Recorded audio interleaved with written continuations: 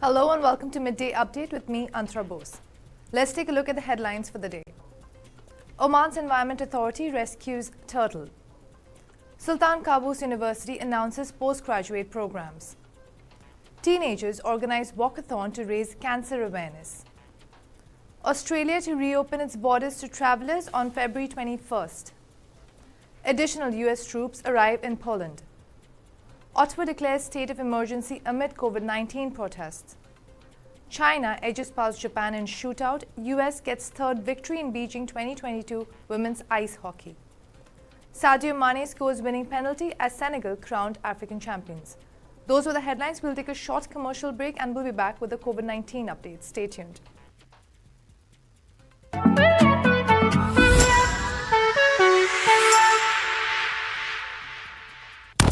Play, you listen.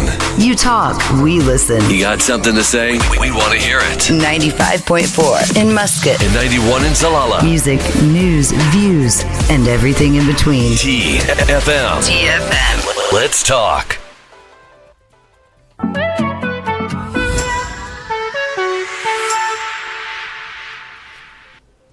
Welcome back to Midday Update. Coming up are the COVID-19 updates for the day.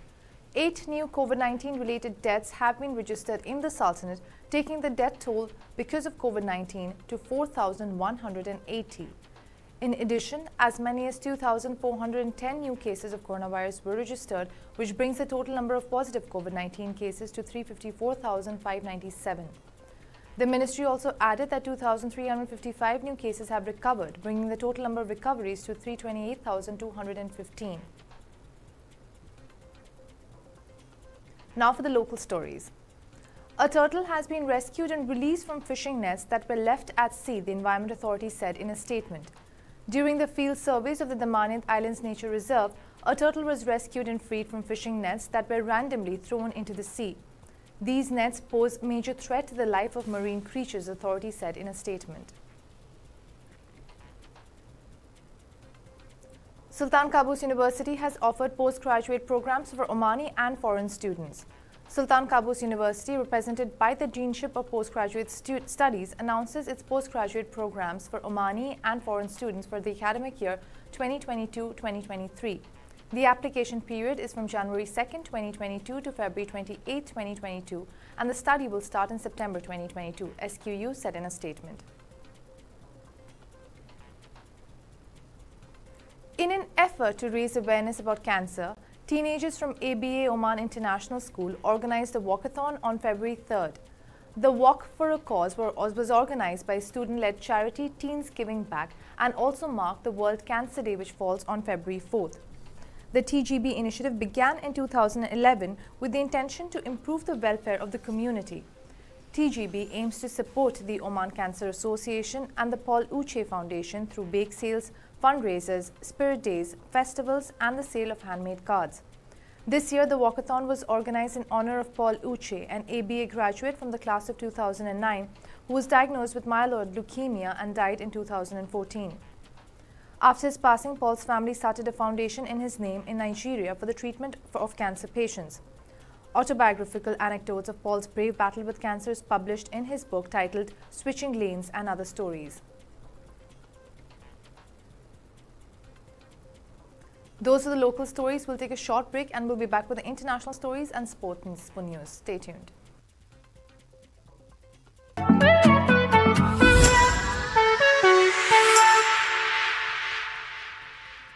We play, You listen. You talk, we listen. You got something to say? We want to hear it. 95.4 in Muscat. And 91 in Salalah. Music, news, views, and everything in between. TFM. TFM. Let's talk.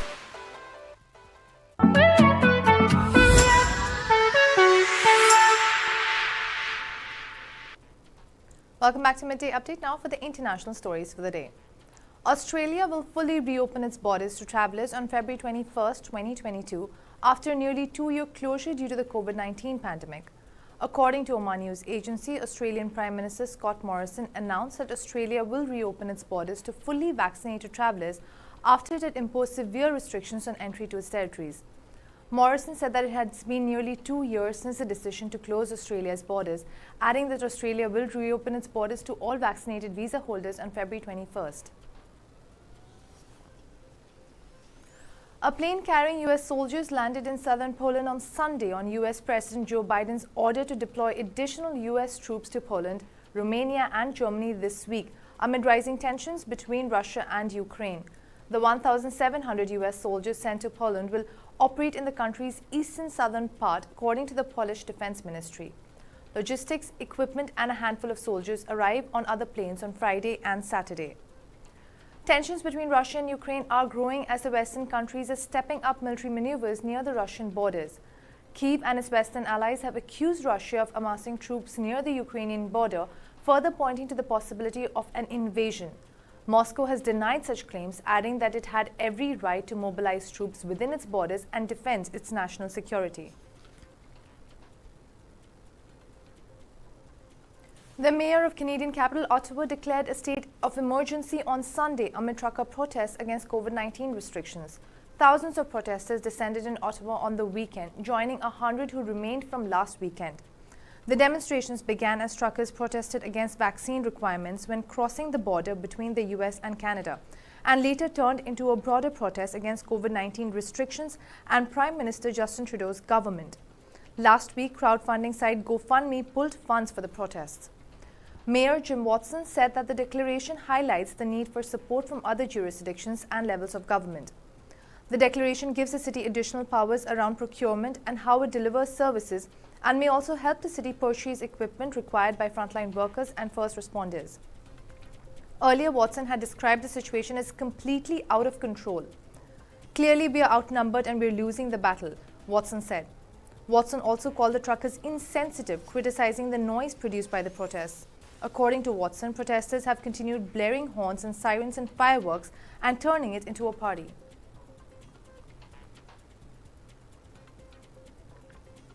Now for the sports stories. China's women's ice hockey team defeated Japan 2-1 in a penalty shootout to claim its second win in Group B at the Beijing Winter Olympics on Sunday. Defending champion, the United States won its third consecutive game after beating Switzerland 8-0 in Group A. China offered waves of offense after the opening puck drop, even with forward Jong Mong-yong injured in the middle of the first period. But Akane Hosoyamada seized the opportunity to score at 18:02 on a power play, securing Japan's 1-0 lead into the second period. No more goals were scored until China's Hu Bajin equalized at the very beginning of the third period. The 1-1 deadlock ensued and saw the game head into the first overtime at Beijing 2022. A dramatic moment arrived as a review was made after a China player moved the puck into the net with her body as she slipped, and the goal was ruled out. During the penalty shootout, Japan failed to score while Meili netted the winner to end the tightly contested match in China's favor. The US team dominated in the first period for a 5-0 lead and extended the lead to 7-0 in the second period before scoring once more in the third period. Seeded according to the 2020 IIHF Women's World Ranking, the top 5 US, Canada, Finland, ROC and Switzerland teams play in Group A of the preliminary round. Group B consists of Japan, the Czech Republic, Sweden, Denmark and host China. The Group A teams and top 3 Group B teams will play in the quarterfinals. China is scheduled on Monday to face its last opponent Sweden, who remains pointless in the preliminary round, and Denmark, also without a win, will play against the Czech Republic.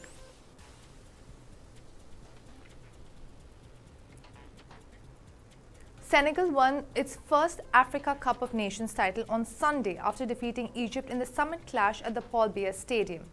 Sadio Mane converted a crucial penalty for Senegal in the shootout, and in the end, the side defeated Mohamed Salah's Egypt in the summit clash.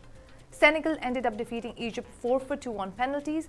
After the match, Sadio Mane embraced Salah, and the pictures have now gone viral of both the Liverpool stars. The normal 90 minutes action had ended at 0-0, and in the end, the match had to progress to the penalty shootout after the extra time could not also separate the sides.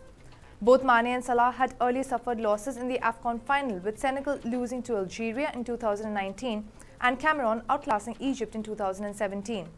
In the opening minutes of the final, Sadio Mane went on to miss the penalty against Egypt, but he redeemed himself on the penalty shootout, and in the end, Senegal went on to win the match.